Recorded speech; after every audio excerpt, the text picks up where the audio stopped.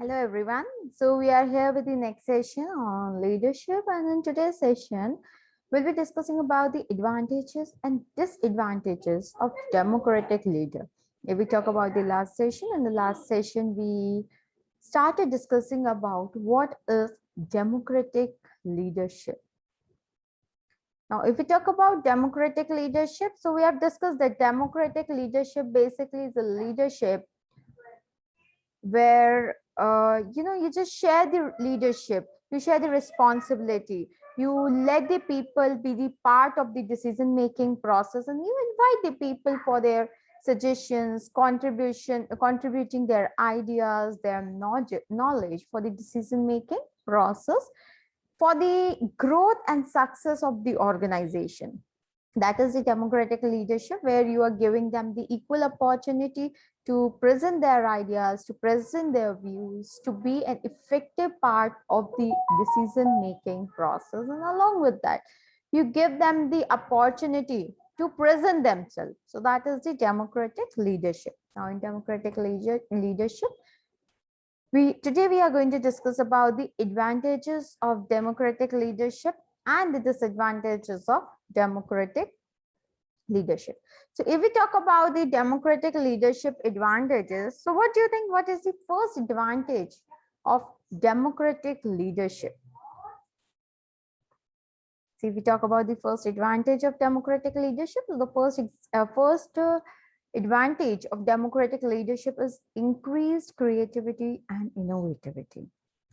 Why creativity and innovation is increased in democratic leadership? Democratic leadership is a situation where you are asking the people to be the part of decision making, to come up with their ideas, with their suggestion.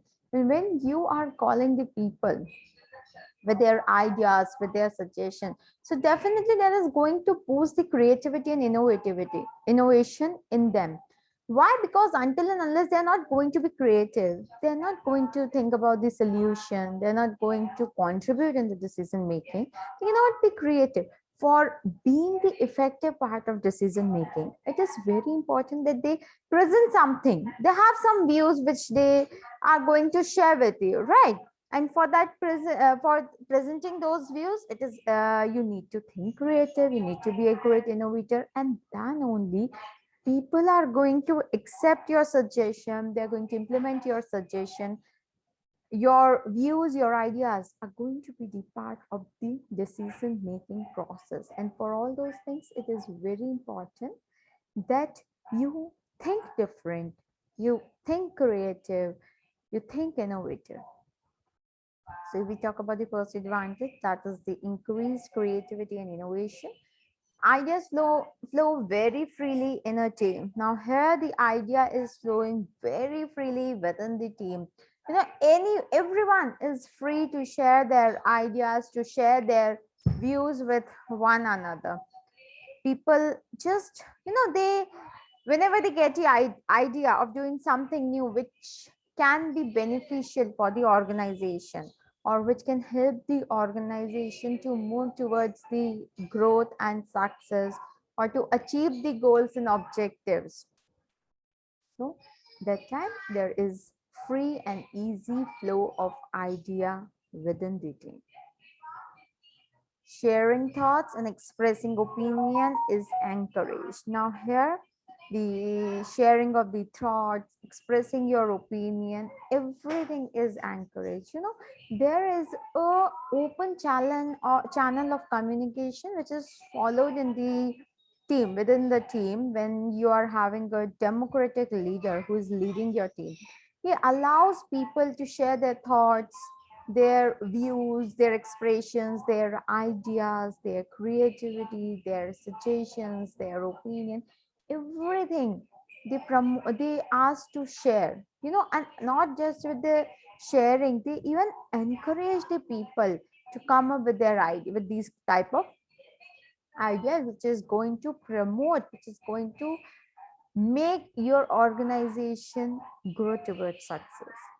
Let's say five leaders, they are only deciding on the things, what decision is to be taken, how to achieve the set goals and objectives of the organization, that they won't be able to think something creative or different every time, because everyone has a limited scope of thinking, right? We cannot say that a person who is very good with knowledge, he or she is going to be creative each and every time whenever he or she is thinking. That is not possible.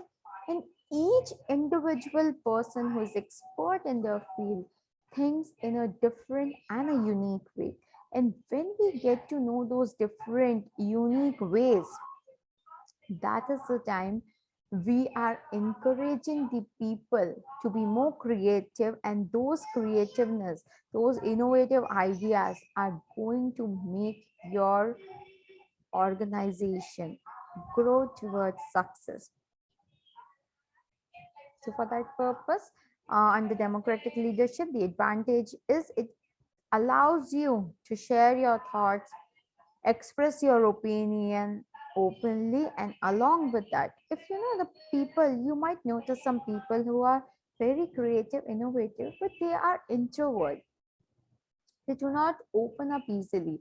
They do not express their views. They do not talk easily. So you, being a leader, encourage those persons to share their views, to share their ideas with other people, and that is what is known as democratic leader. Now, team members are encouraged to come up with creative solutions and innovations. Yes, the team members, the entire team is being encouraged to come up with creative solutions and the innovation. Now, here they are not just encouraging one single individual to come up with the creative idea or the solution. They are giving equal opportunity to each and every person in the team to come up with their suggestions and their creative and innovative solutions.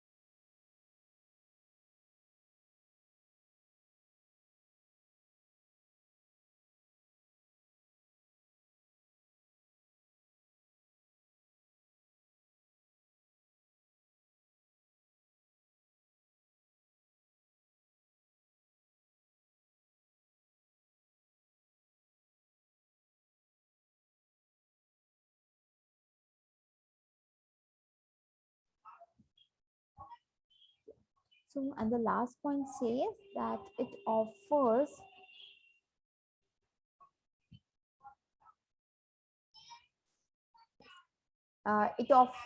options to the leaders making the final call on the decision. Now, let's see, organization is going through some problem, right? And you want a creative solution so that organization, so that your team can deal with that problem. So what you are doing when you are promoting creativity and innovativity within the team, it will help the leader to have lot of options where they can make the final call on decision.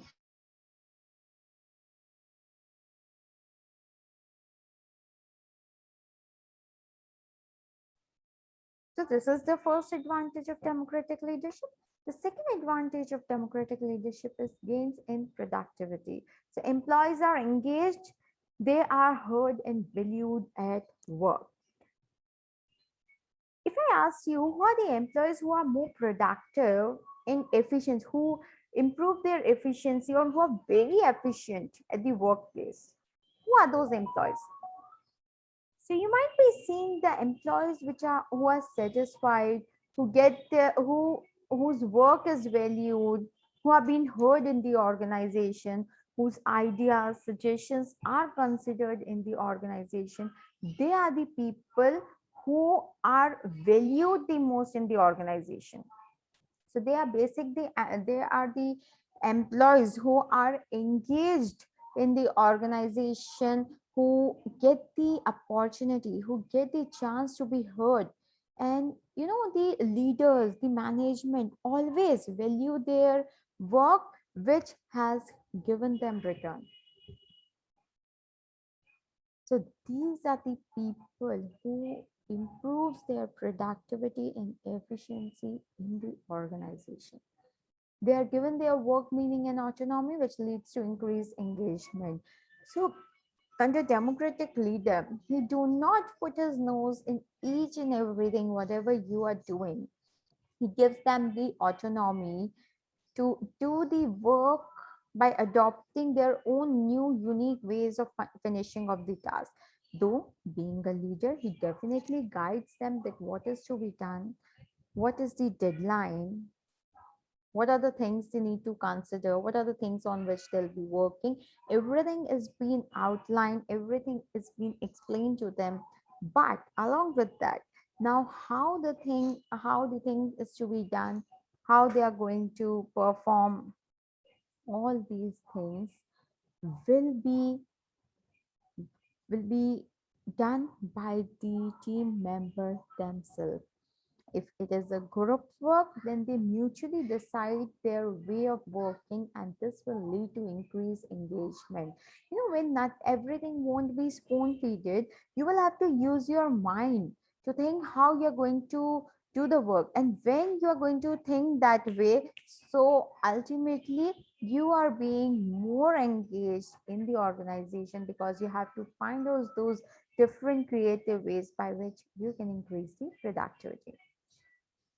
Team becomes more productive under a democratic leadership style. Now, when we are talking about the democratic leadership style, then it is absolutely true that the team becomes more productive under this leadership style. The employees who get the opportunity to speak.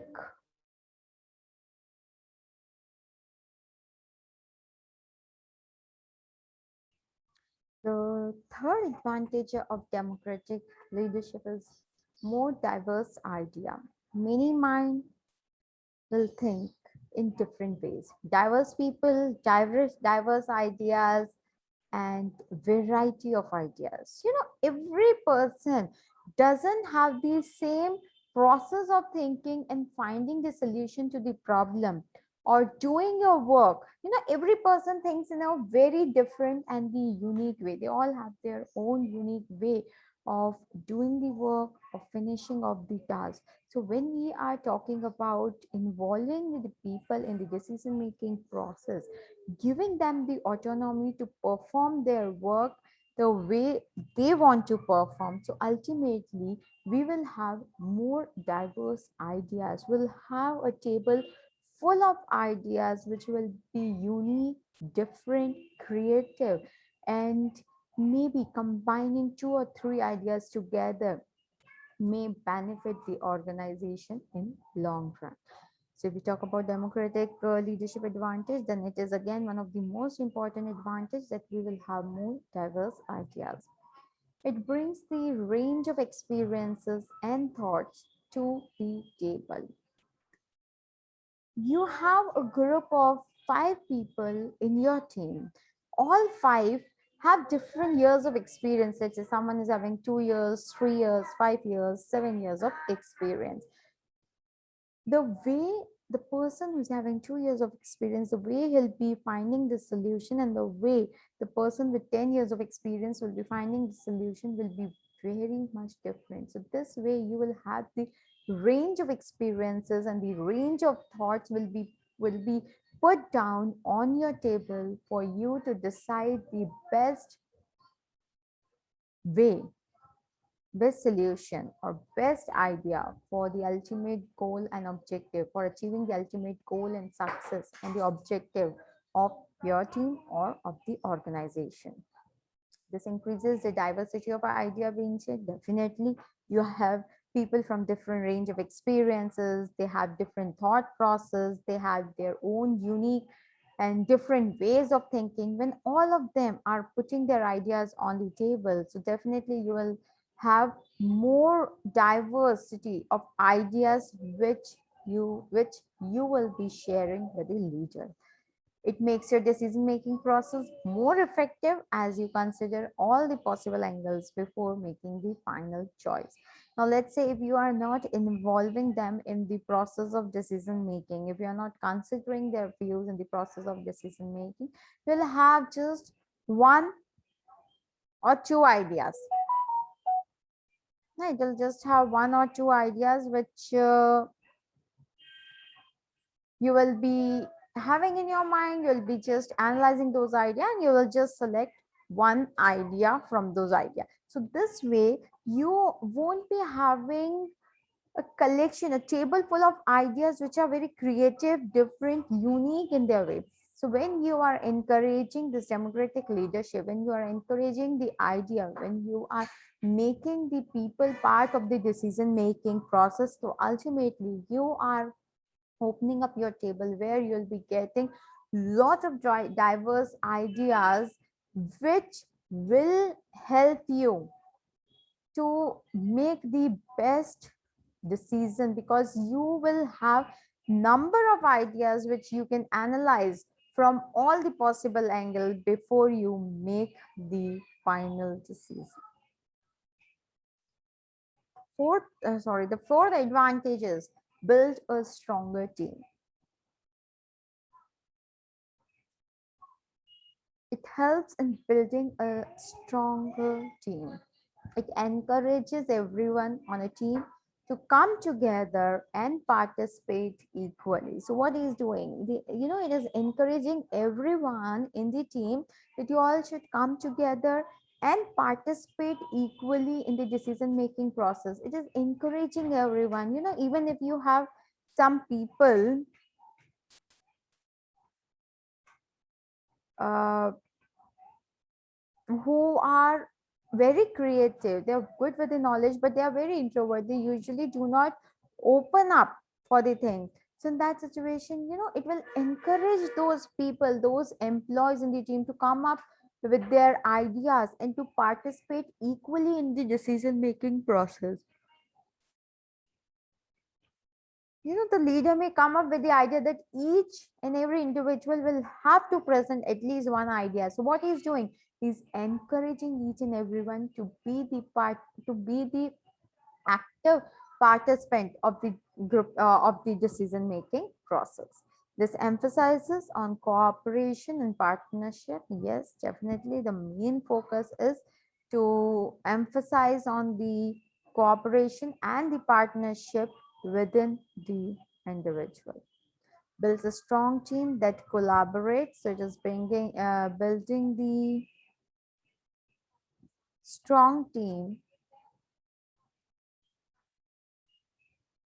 which will help you to collaborate more effectively, because here you are promoting the open communication system where you are allowing the people to communicate with each other, to share their views with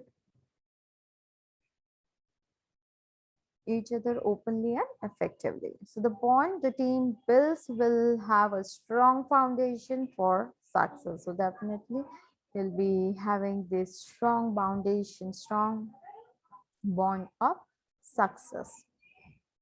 The last advantage is trains future leaders. Yes, it is trying to find out the future leaders in the team. You know, every organization, no one is permanent in any of the organization, that we all know, right? Can we say that this leader, the leader of this team, is going to be permanent? No. No one is permanent in any of the teams. So here what this type of leadership do is they are training the people for the future leadership. They're training them so that in case if a leader leaves the organization, so immediately will have some future leaders in the organization. So you know, then what will happen? Every time they won't have to, you know, for projects they can assign the separate project leaders who will be handling everything, and they can just concentrate on the things which are more important. So this way it will help them to train the future leaders. So as employee participate actively in decision making process, they get a sense of how higher level decisions are made. So when you are the part of the decision making process, you know, you will get to know that how decision making is done, who are the people involved, how we decide, what all things we consider, how we evaluate the things. So for all those things, when you will be the part of the decision making process, you will have the good and in-depth knowledge. You know, if person trains us theoretically that okay, when you are the part of decision making process, this is what you are supposed to do, this is how you are supposed to do, we do not get the entire detail. But when practically we are being the part of the decision making process, it will help us to understand the things more thoroughly, and along with that it will give us the high level of understanding that how high level of decisions are made and how crucial decisions for the growth and the success of the organization is made. They will also get a first-hand view of leadership process. Yes, here they'll also get to know that how a leader has to work, how he performs his duty, what are the work, so that they are slowly getting trained to be the future leaders in the organization, and they share ideas confidently and exercising authorities. So along with that, they will also get the chance to share their ideas confidently. And when we talk about authority, so in one point, we have already discussed that we give them the autonomy to perform their work the way they want to do. So what we are giving, we are giving them the authority to do their work properly. So these are the 5 advantages of democratic leader. Now, if we talk about the disadvantages, then yes, obviously there are always the 2 sides of the coin. One is the positive, one is the negative. So we'll be discussing about the disadvantages of democratic leadership. So the disadvantage of democratic leadership is slow decision making process. Why it is a slow decision making process? What makes it to be a slow decision making process? Let's say you're a person who has to take the decision for the organization. You'll get only 2 ideas in your mind, and out of 2 ideas you just have to evaluate those 2 ideas and you just have to select the best one, right? But when you are involving your entire team to be the part of the decision making process, instead of 2, now you are having 10 different creative and unique ideas. When you have 10 different creative unique ideas, you have to evaluate all those 10 different ideas. Along with that, not only the 10 different ideas you have to evaluate, along with that you also have to evaluate the combination of the ideas which may give you more better and effective results. So what you're doing now, when you are inviting the people for the ideas, you will have to spend more time in analyzing and in finding out which is the best idea. And that is why we say that it slows down the decision making process. It takes lot of time to decide about the thing. So here, gathering the input of the whole team. So what you are doing, first you have to call the meeting. You have to explain them about the problem or the opportunity which the organization is having. Then you have to give them some time to think about that. And after that, they will be coming up with their ideas. So basically, it will take a long time to get those ideas, and then finally it will take a long time to collect the input of your entire team. Discussing the options openly and working together to make the final decision is not a swift process. So again, let's say you are discussing about one project. Okay, you're discussing about only not one project, you're discussing about the one suggestion. Now when you are discussing about one suggestion,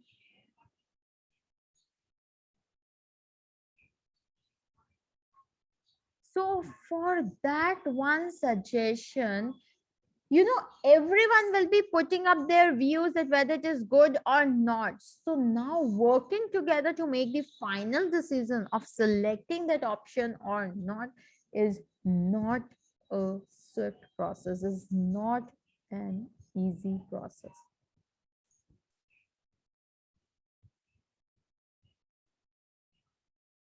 So that is why this is a decision, discussing the options and gathering the inputs and then deciding on the best option is a very lengthy and a time consuming process.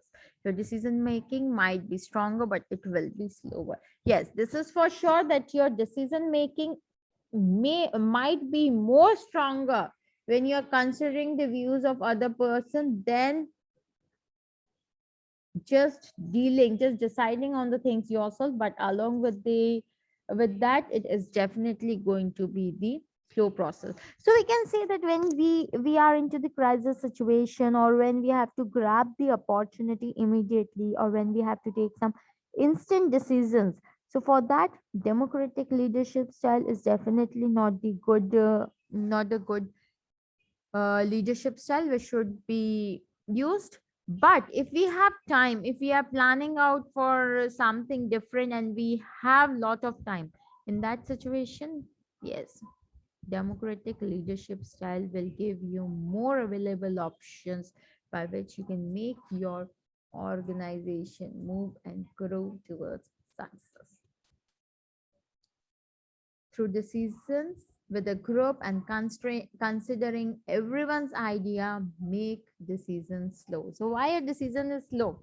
Because you are discussing with everyone, you are taking the ideas and inputs from each and every person, and obviously when you're doing that, five different individuals with five different ideas, so each individual is giving you the suggestion about four different ideas, not five, because one is his own idea. So don't you think it is going to be a very lengthy and a time consuming process? And that is the reason it makes the decision making process slow.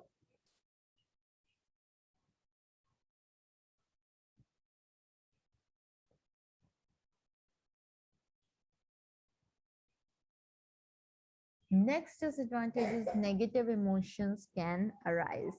So not every employee has the same capacity for generating effective solution and problem solving. This is again one of the thing, each and every person, we cannot say that each and every person is going to be good, or he or she is going to be best in coming up with the decision making ideas. So when the people, some of the people who are not good in coming up with the ideas, they may carry negative emotions with them.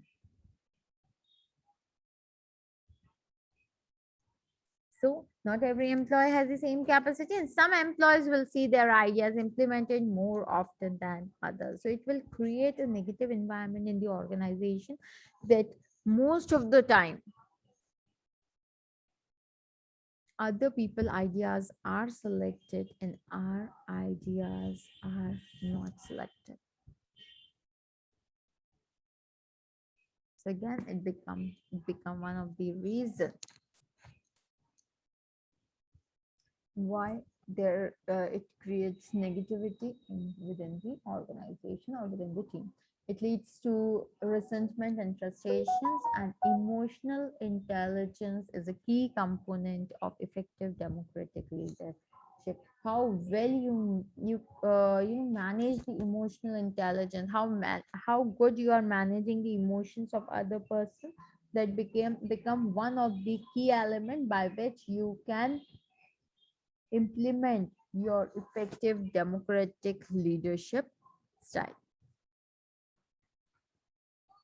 The next disadvantage is create the potential for procrastination. If a leader is low to make a decision or unsure of their skill, then they turn to the democratic leadership style. It says that when leader is not sure that how he's going to come up to the solution, how he's going to what skills he should use to decide on the thing, so it says that is the time when the leader go for the democratic style, so that he do not have to use his own skills. Instead of making a decision, these leaders turn to their team for ideas and wait for someone else to tell. So instead of using their own mind, their own researching about the things, coming up with the idea, they just delegate this work to the team, and they just wait for the team to to come up with the more creative ideas. So what basically they are doing, they are transferring their own responsibility, they are transferring their own work to their team, so that they do not have to use their skills, their knowledge, and they simply have to select the ideas which they are getting from the employees. So this approach certainly encourages collaboration, but it also slows down decision-making process and allows for procrastination to creep into the process. How the leader procrastinates, he can simply say that, okay, I'm still waiting for my team to come up with the idea. So what he has done, he has transferred his responsibility, and ultimately he's just waiting for his team to come up with the ideas or suggestions, from which he is simply going to select the best one. And the last disadvantage of democratic leadership is doesn't work well in crisis. That's what we have discussed, that if it's a crisis situation, so this type of leadership style is definitely not going to work, because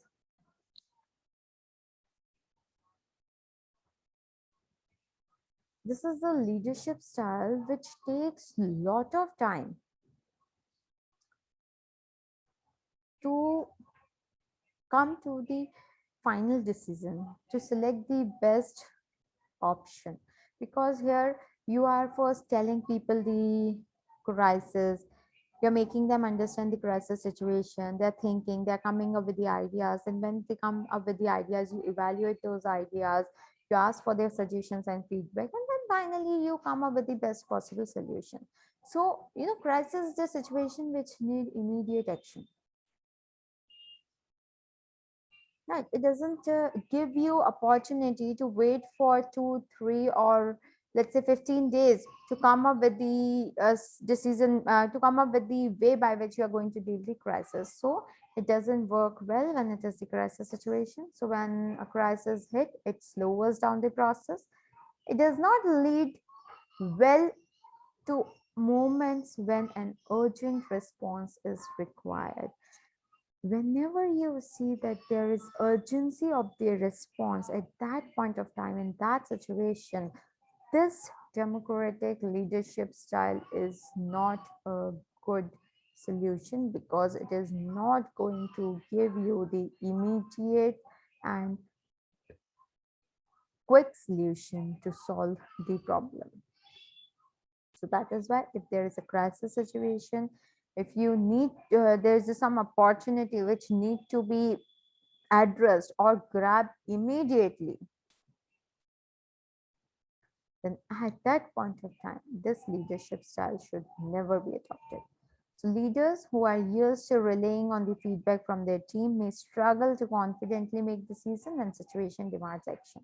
Now, if there is a leader who is always relying on the team for the feedback and then finally deciding upon the best option, then at that point of time, the leader will really struggle to confidently make the decision, because at the time of crisis, he will not get the opportunity to take the feedback from the entire team to deal with that situation, because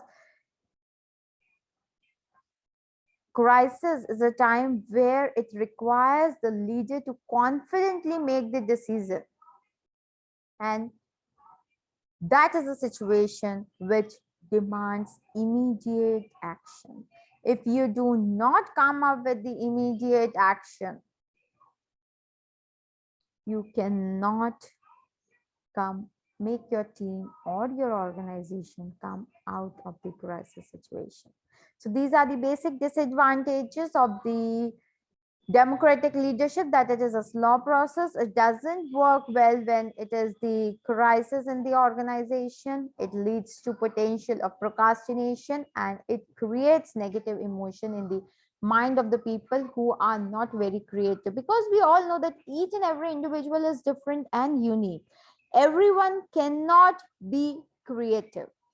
So the people who are not creative, whose ideas are not accepted every time, they might carry negative emotions with them. So these are the drawbacks of democratic leadership. Now with this, we have finished off with the democratic leadership. Now in the next session, we'll be discussing about the collaborative leadership style. As the word suggests, it encourages people to work together across functional and organizational boundaries. So that collaborative leadership style we are going to discuss in the next session of leadership. That's all for today's session. We have come to the end of today's session. So I hope the leadership style which we have discussed today was clear. And with this, we'll wind up this session. Next, we'll have the conflict management session, which will start in the next 10 minutes. Bye-bye. Have a wonderful day.